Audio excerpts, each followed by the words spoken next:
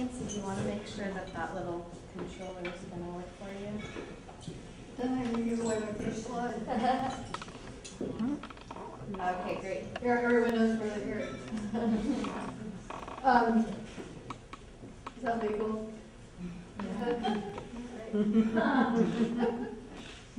I'm kind of glad I'm first because then I'll actually be able to eat. A little nerve-wracking because I'm not sure what I'm about to say. I did bring some pictures, and that always works for me, you know, as an artist. If I was really great at giving talks, I'd probably do more like LA Cutler. Anyway, I'm happy to be here and happy to get to share what I'm working on. And I've been an artist for about 30 years. Started out in photography, I did performance art. In fact, when I was doing performance, our group swore that we swore off ever doing anything at a dinner or a meal. Because, you know, you can't really compete with food, but here I am. You also cannot, just in case you want to know, compete with babies or animals. So, Add puppets to the list. Puppets. Yeah, I work with puppets. I have one on my side. That works. And so the last, however many years, 10 or since 1992, my work has been combining performance and film and becoming more and more film. But now also doing the last project is a film and a comic book. And the project I'm doing now is a comic book. So I don't really know what to call myself because I tend to morph into different things. But the project I'm going to talk about tonight is a comic book. And I'm hoping that I'm going to be included in this project. The artist's perspectives for the nation that I think is part of what we're here. The contract's in the mail. The contract, yeah, that's what they say. The project that I'm doing now started out last winter, and I don't know if you can. I live with Drew in Otter Creek, and so on the way home from the airport last winter, snow's on the ground.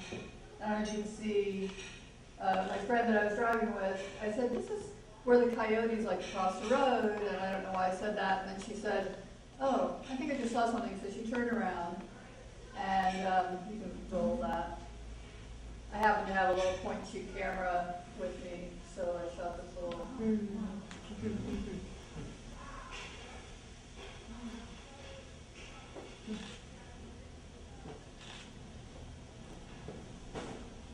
Sorry, I didn't have a tripod.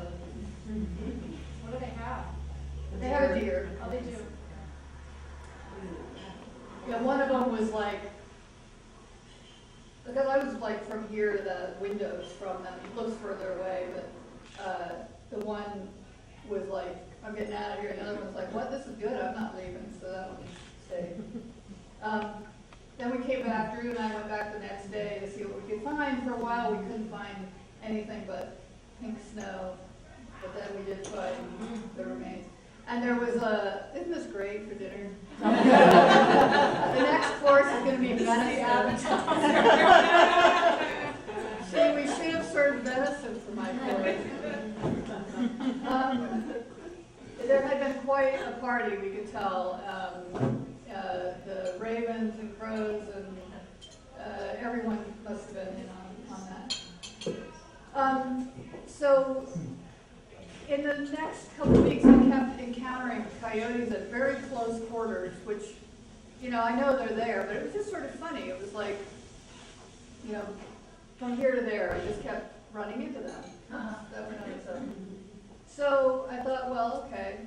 And I started, you know, getting things from Netflix, like The Wolfman, which this is one of my favorite genres anyway, the monster movie. And in my past films, Frankenstein, Dr. Jekyll, Mr. Hyde, these have all been big influences. So I started watching those films, and I also started doing research. My work is generally very heavily involved with research, which you may or may not see in the final product, but it informs it. And this person has a genetic disorder called hypertrichosis, and throughout history, of course, many people have had this condition. Now, I have a condition called Marfan syndrome, and this is a family that's all affected by this condition. And all of my work, I think, has in some way an autobiographical part to it. And this character came out of this period of looking at the ideas, and her name is Lupette. And the comic book I'm working on is called Lupette and the Moon. And there's a lot of dichotomies, I guess, that I'm interested in.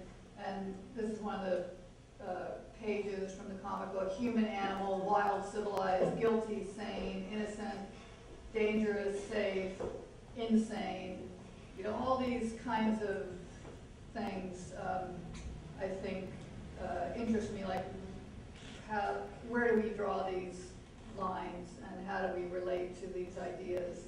And here's another little portrait of the cat. And this is one of the pages at the teaching hospital where genetics are destiny. And that's one of the other ideas in the piece, because certainly for me, having a genetic condition has hugely impacted my life. You know, I've definitely been that figure in front of, you know, at the teaching hospital many, many times, which, you know, has a lot of mixed emotion with it. You know, want people to learn, but it's not easy to be that example, looked at as a sort of, you know, are you a human being or are you an example of a disorder?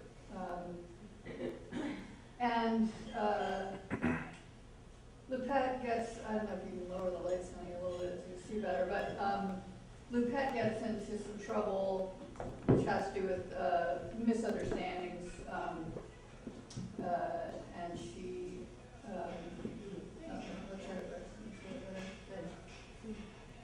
she ends up in a sanatorium, and this is another page where she's exiting the window in the bed. And part of what I want to explore in the comic book is the psychological interior of Lupette, and this is some of the imagery around that.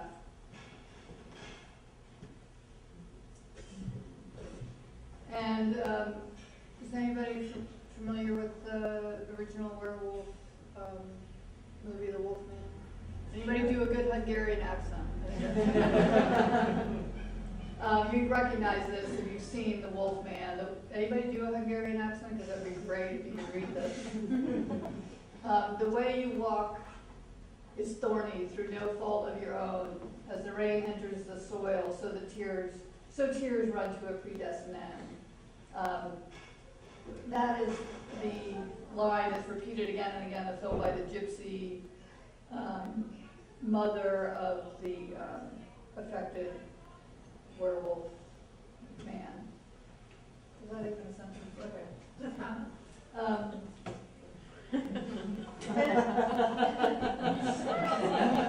This t-shirt, well, I made this t-shirt for this event, but I have this one in my suitcase. But For anybody who'd like. Yeah. You could go on, you know, T-shirt Cafe or whatever. You know, I think part of this project, again, is autobiographical. It's trying to understand myself better, and so I'm in a stage now of trying to embrace, you know, my genetic mutations. So. Because my family wasn't affected, I was just a genetic mutation. Here's a little self-portrait. And, you know, the project has sort of, this project, you know, sometimes I think, why am I even here?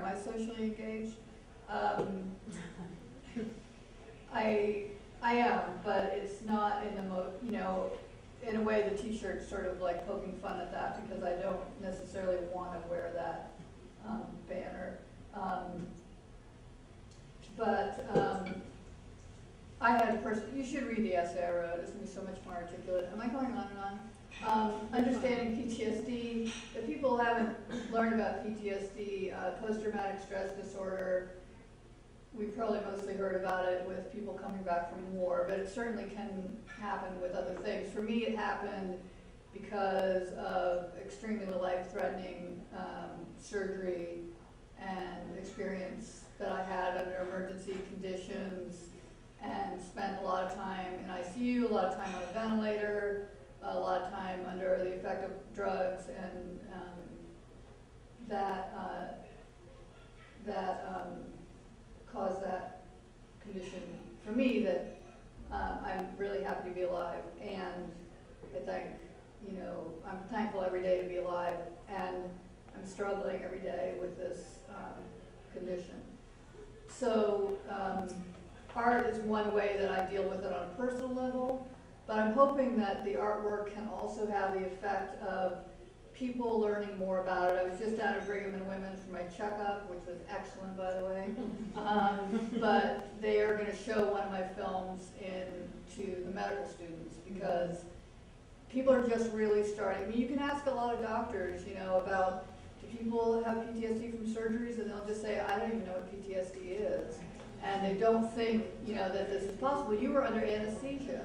You don't remember it. It's like, no, it happens. And, you're very glad they did it, but you also need to get treatment early to get better from that as well as the actual physical trauma. So that's one of the things sort of my banner that I'm flying today is trying to raise awareness of PTSD from things in addition to military service and other kinds of trauma. Well, not just military service, from the trauma that people in the service sometimes undergo. And this is another drawing that I did after surgical experience. I mentioned this to my brother's best friend from college is head of pediatric neurology at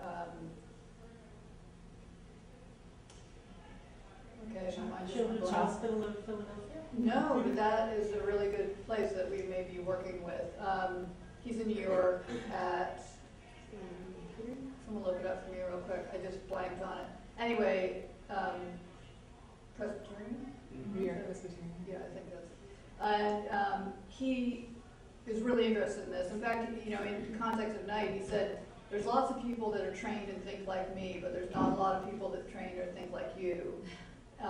That are working with us. And because I started noticing these connections between studies that they were doing at MIT and showing how there's evidence in the brain around certain psychiatric problems that show up in brain scans. And I started wondering, what does a brain on PTSD look like? And I started talking about brain scans, and so we want to do a study that might show how music, when I was in ICU, Drew provided me with an iPod with music, which was one of the real lifelines to me of normalcy, if there was anything near normalcy in that experience.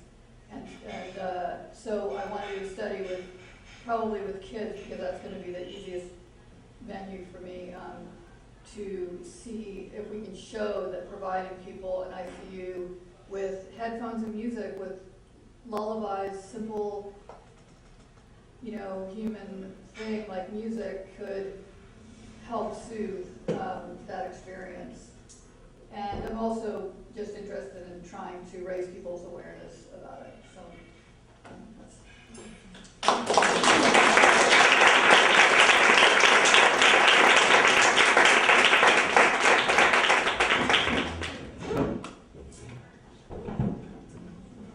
So feel free to converse about this issue out loud or amongst yourselves. It's really an open forum.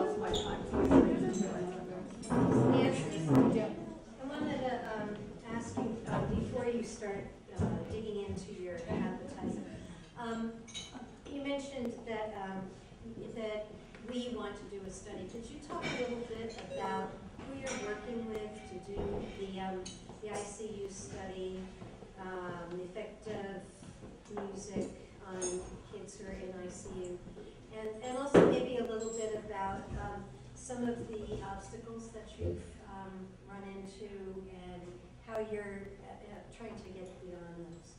Well, I was really kind of amazed when Barry Kosofsky, the head of pediatric neurology at New York Presbyterian, when I talked to him and he was like validating my thinking about this and really wanted to work with me. What we're having trouble with is designing a study that is doable, because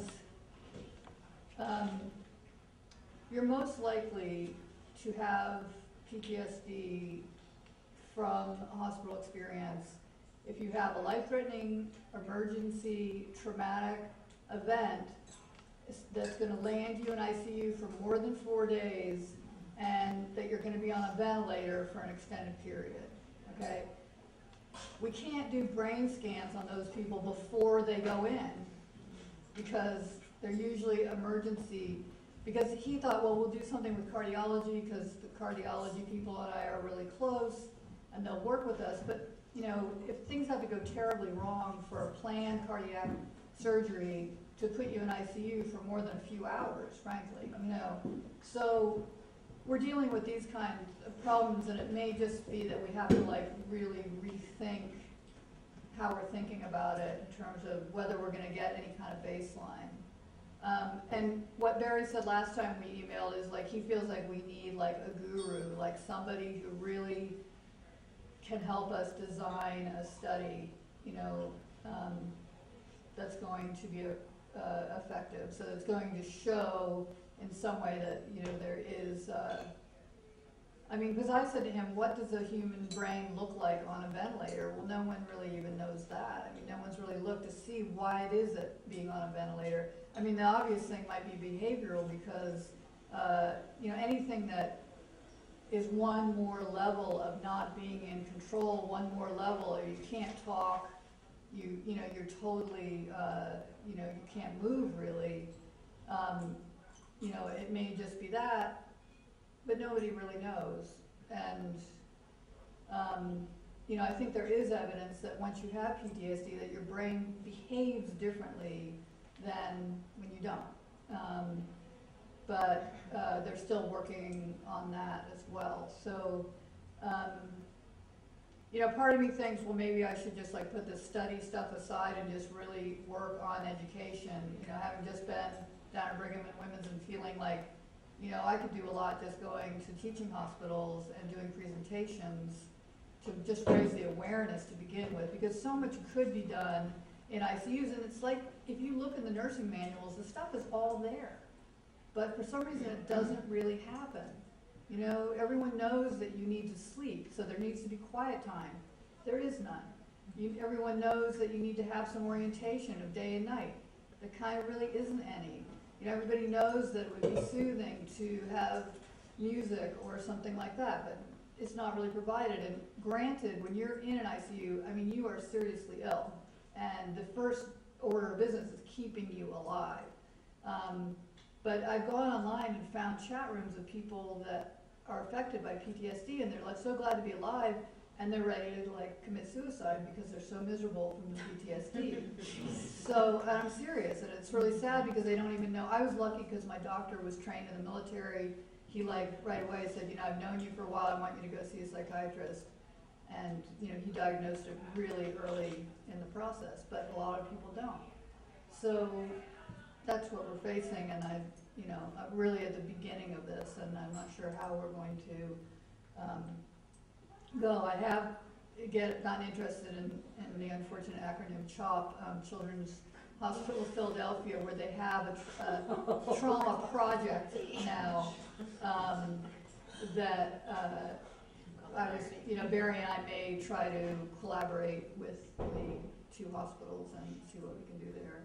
I also have a background, just by the by, worked at Johns Hopkins Hospital for 10 years in the child life program and developed TV, interactive television for kids in the hospital there. So that's sort of in my deep, dark past. So I feel I have also a little bit of a toehold of like,